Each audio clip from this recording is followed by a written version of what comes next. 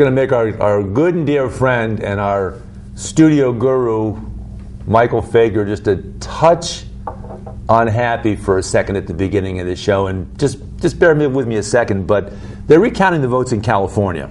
Well, they're not recounting. They're counting all. There were millions of ballots that were mail-in ballots that they don't get generally until the day of the election, or it has to be within 3 days after the election for them to count.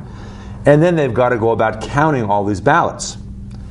Complicate that with the fact that a lot of people that went into the voting places, there were no party preference, that's to say they're independents, were supposed to be given the party of their choice, a ballot for the party of their choice, and in fact were given a provisional ballot, which is totally wrong. And it happened, and provisional ballots are harder to count because now they've got to go back and they've got to double check and make sure that person's not mailing in a vote and showing up at the poll to vote, so they have to be careful about that. So it's I know there was a person that was supposed to have gotten a crossover ballot that was incorrectly given a provisional ballot. Exactly. So what's going to happen, knowing how they operate, is when in doubt, it doesn't get counted. So they'll pull that. Those would be the provisional ballots. But at any rate, bottom line is they've gone through. They've got 30 days from the date of the election. They've gone through. They've begun to go through the ballots county by county, and Hillary Clinton's lead of 12.6% has in fact shrunk. It's down to 8.7% with about 600,000. The good news is it's down. The bad news is that with maybe 600,000 more votes to count, he's not going to catch up with her, but he'll be a lot closer and get a lot more of the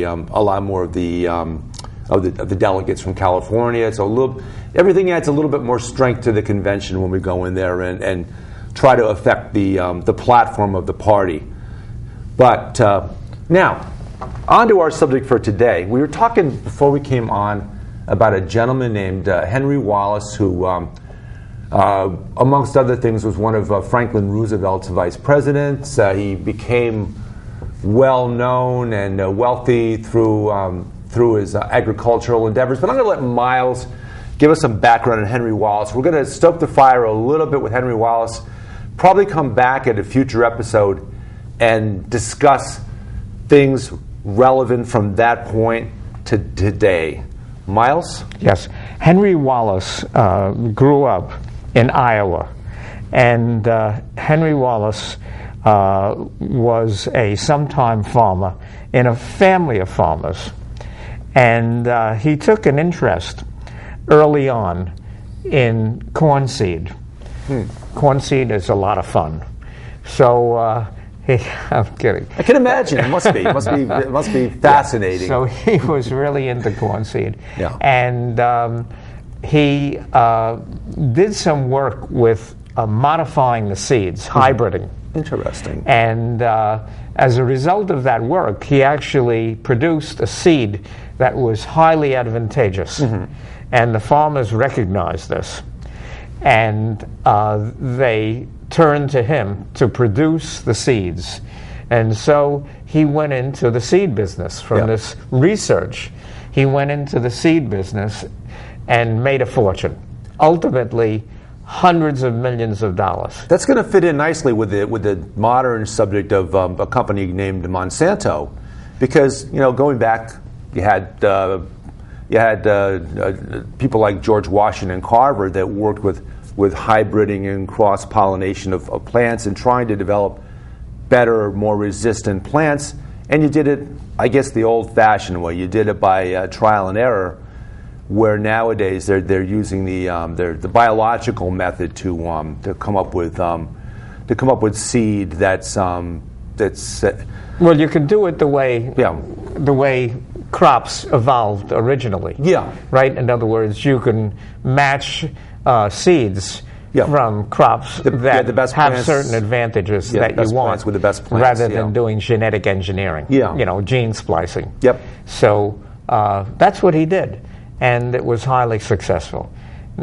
So at some point he was quite wealthy, well known in that area, Iowa, very, very big corn producing state. Yeah.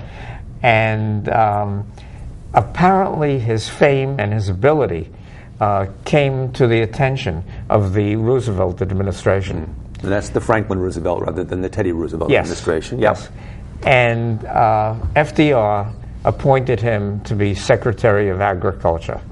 So now he had leaped from a role in a state in the middle of the United States in agriculture to a role in Washington, prominent role. And he was apparently quite shrewd. He had political capability. He was a good speaker, and he was of value to the Roosevelt administration. And sometime downstream of that time that he was appointed Secretary of Agriculture, he was made vice president. Now, Roosevelt had a few vice presidents, as we know. And then when Roosevelt passed away,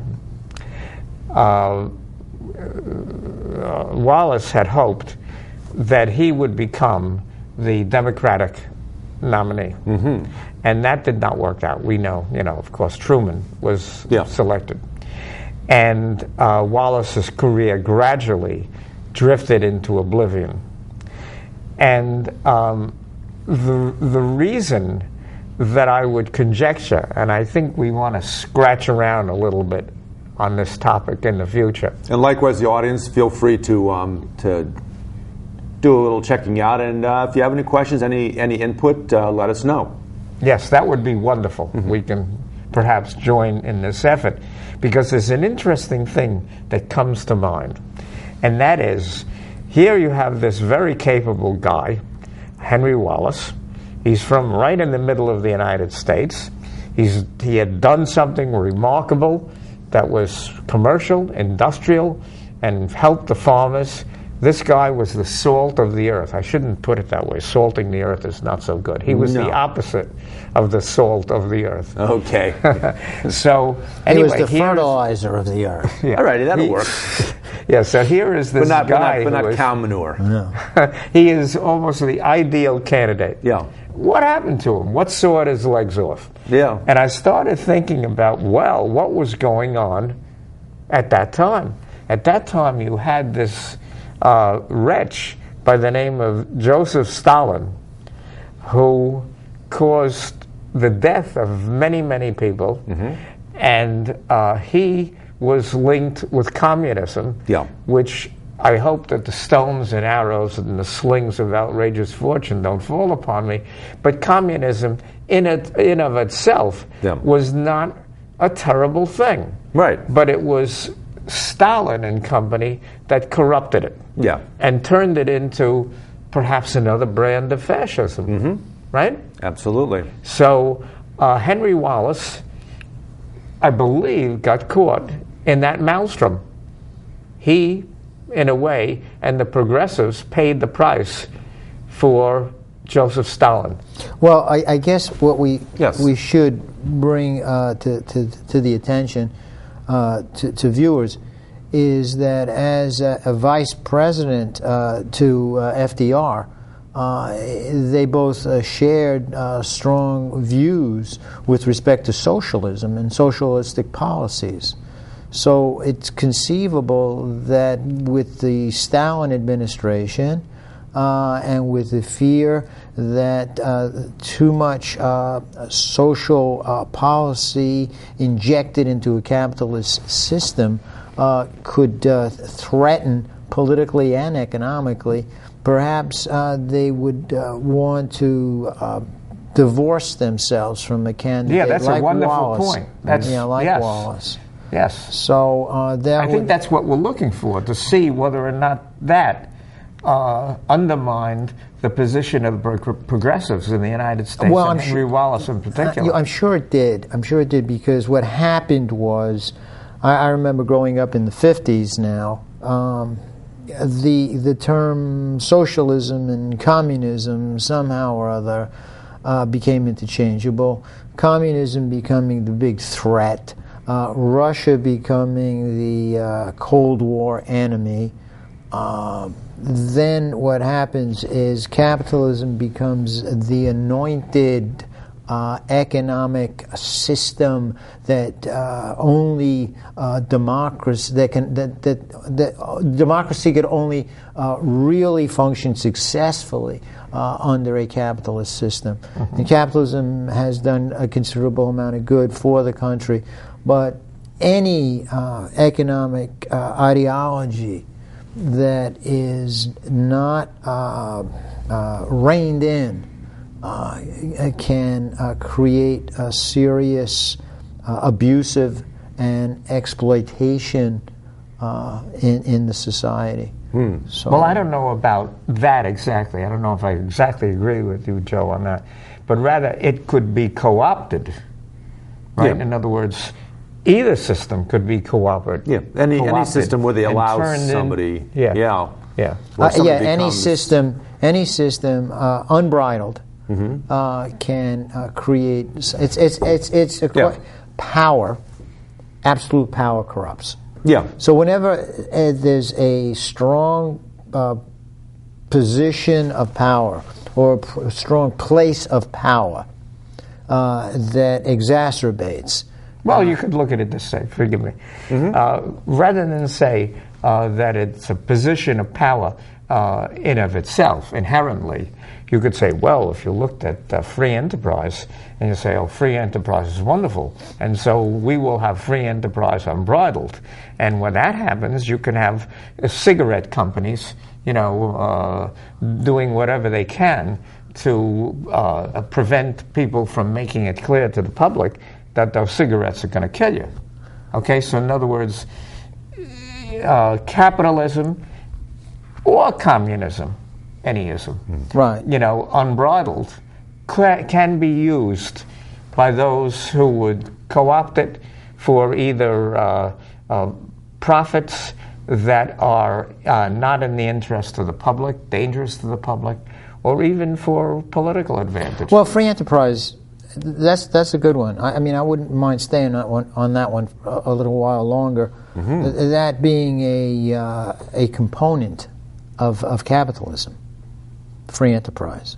You have to have free enterprise in a capitalist system. Yes. Okay.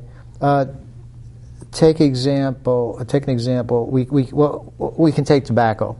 Okay, because you got a large tobacco industry. They want to increase wealth. That's their power. Wealth is the power. The purpose is, in order to do that, they have to not only market, but they have to sell their product. As the product becomes unfavorable, they have to hold on to the few elements in the society that is contributing to their wealth. So they may have to make some modifications in that product. And perhaps those modifications can make that product more addictive, make it more dangerous, and therefore they become an enemy of the people, so to speak. So you can say the same thing about the gun industry. The gun industry, if it becomes so problematic that people are killing each other in large numbers, then the gun industry would have to be reined in somehow. But why can't the gun industry be reined in the same fashion that the tobacco industry can be reined in? Certainly. You can have laws that protect the people from the excesses of a company and its products. There's no reason. Unfortunately, the Food and Drug Administration has really been snipped down, of late. Their budgets have been reduced, and yet that's such an important function, I believe.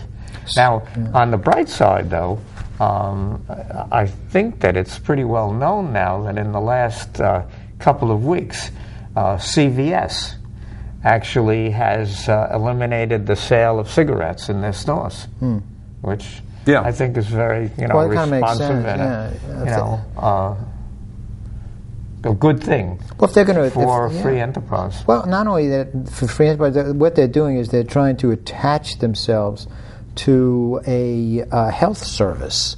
Yes. And in so doing, it almost appears hypocritical for them to be selling absolutely a piece of merchandise Yes. that would be contrary to that. Right. Now, but there's also, but they freely decided to make that transition. Now, in a capitalist system, free enterprise, the manufacture of weapons, people have the right to purchase those weapons, correct? Would it be stifling free enterprise to put limitations on the sale of those products? It's been done. Well, I don't know if you want to say for free enterprise, but I think that we probably agree, in fact, I'm sure we agree, that the types of guns that are being sold are not commensurate with probably the Second Amendment and people's use for those weapons in the realm of hunting. You don't need an AR-15 to bring down a deer. Yeah. Well, they're not thinking in terms of hunting.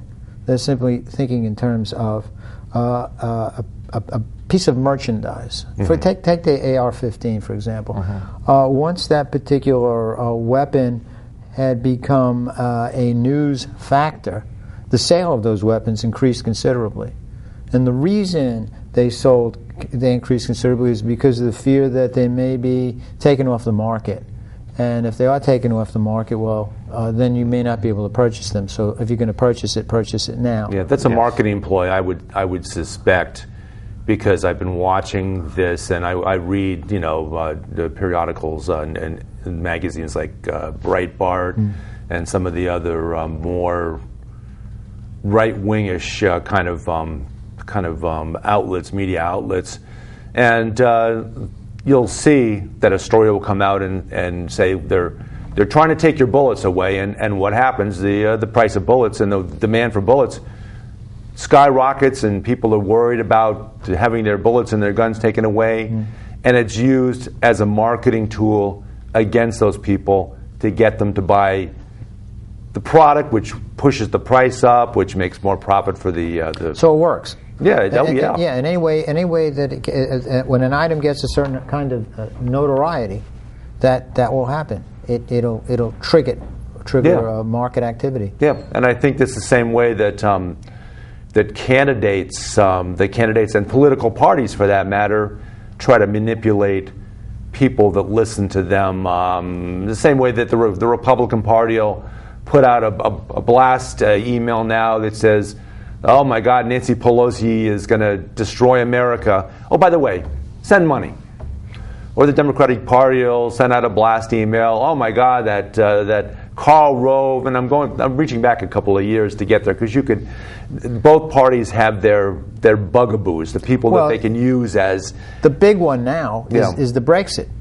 All right. Yeah. Okay. Listen. The entire European Union now is going to fall apart. Yeah. And it struck me on that particular issue, and I thought this was incredible. There was a vote. People had an option. Yeah. They could vote in favor, or they could vote against. To the surprise of most of the pundits and even the gamblers. Yeah. It turned out that they voted against staying in the EU. And European Union, yeah. Right. And then they were blamed. People that voted against staying in were recipients of blame. Yeah. As if they had done something wrong and they should feel guilt. I mean, another ploy that they used was perhaps they made a mistake because a number of them decided to Google the European Union and Brexit, maybe because they didn't know what they were doing. Yeah, after the fact, there was a lot of inquiry through Google of people and people asking, by the way, what's the fallout of this thing that I just voted on? And a lot of it boils down to, I think, the powers that are people that are in charge, especially people that are in favor of these multinational agreements, looked at the voters and said, you guys are stupid. You don't know you have no idea what you voted for. You voted on emotions and you made this choice, and now everything's going to break loose. Right. Well, don't you think that to a large extent, the people who voted, the people, we're not talking about business people and so on and so Right. on. The people were motivated by feelings about their country and their culture being swamped by the refugees. Yeah, there was some anger, I'm sure, that was played into that. Yeah. And then, part of it. only a couple of weeks before the vote, we had this terrible tragedy in Orlando. And again, a tragedy that was linked to terrorism in its way. And I wonder if that may have been the little push that pushed people over the edge. Yeah. And yet at the same time, the people of London voted in a Muslim as their mayor right before then. So you're all these different messages are flying around. So I'm not sure how much weight that hatred played into this vote against. And it was the England that where the people, the vast majority, voted to leave the European Union. On the other hand, Scotland, the voters in Scotland and the voters in Ireland voted not to leave. Well, I think they were more dependent than maybe what England felt. But regardless of that, if we were to have a vote here comparable to that, if we were to vote on whether or not we should maintain or readjust or actually change our economic system, okay, the feeling is, hey, the economy is getting better. We shouldn't change it. Yeah. But if we had a vote, there's a good possibility that the vote would turn out in favor of changing the economy. Yeah, to push because the people themselves, all right, the middle class, which has been so decimated, would certainly vote on some kind of a change, despite the fact that the power structures that are benefiting from the economy would not want the change. And I think that's the situation here. That's probably what we could with some fear here. I don't. Well, we teetered on the edge of that. We teetered really, in fact, this whole primary between Bernie Sanders and Hillary Clinton sort of hedged on that issue as to whether we should shift the power away from the wealthy by taxing them a little bit more and bring that power back to working people that are working for, in a lot of cases, $7.25 an hour, and are working long hours and not able to feed their family.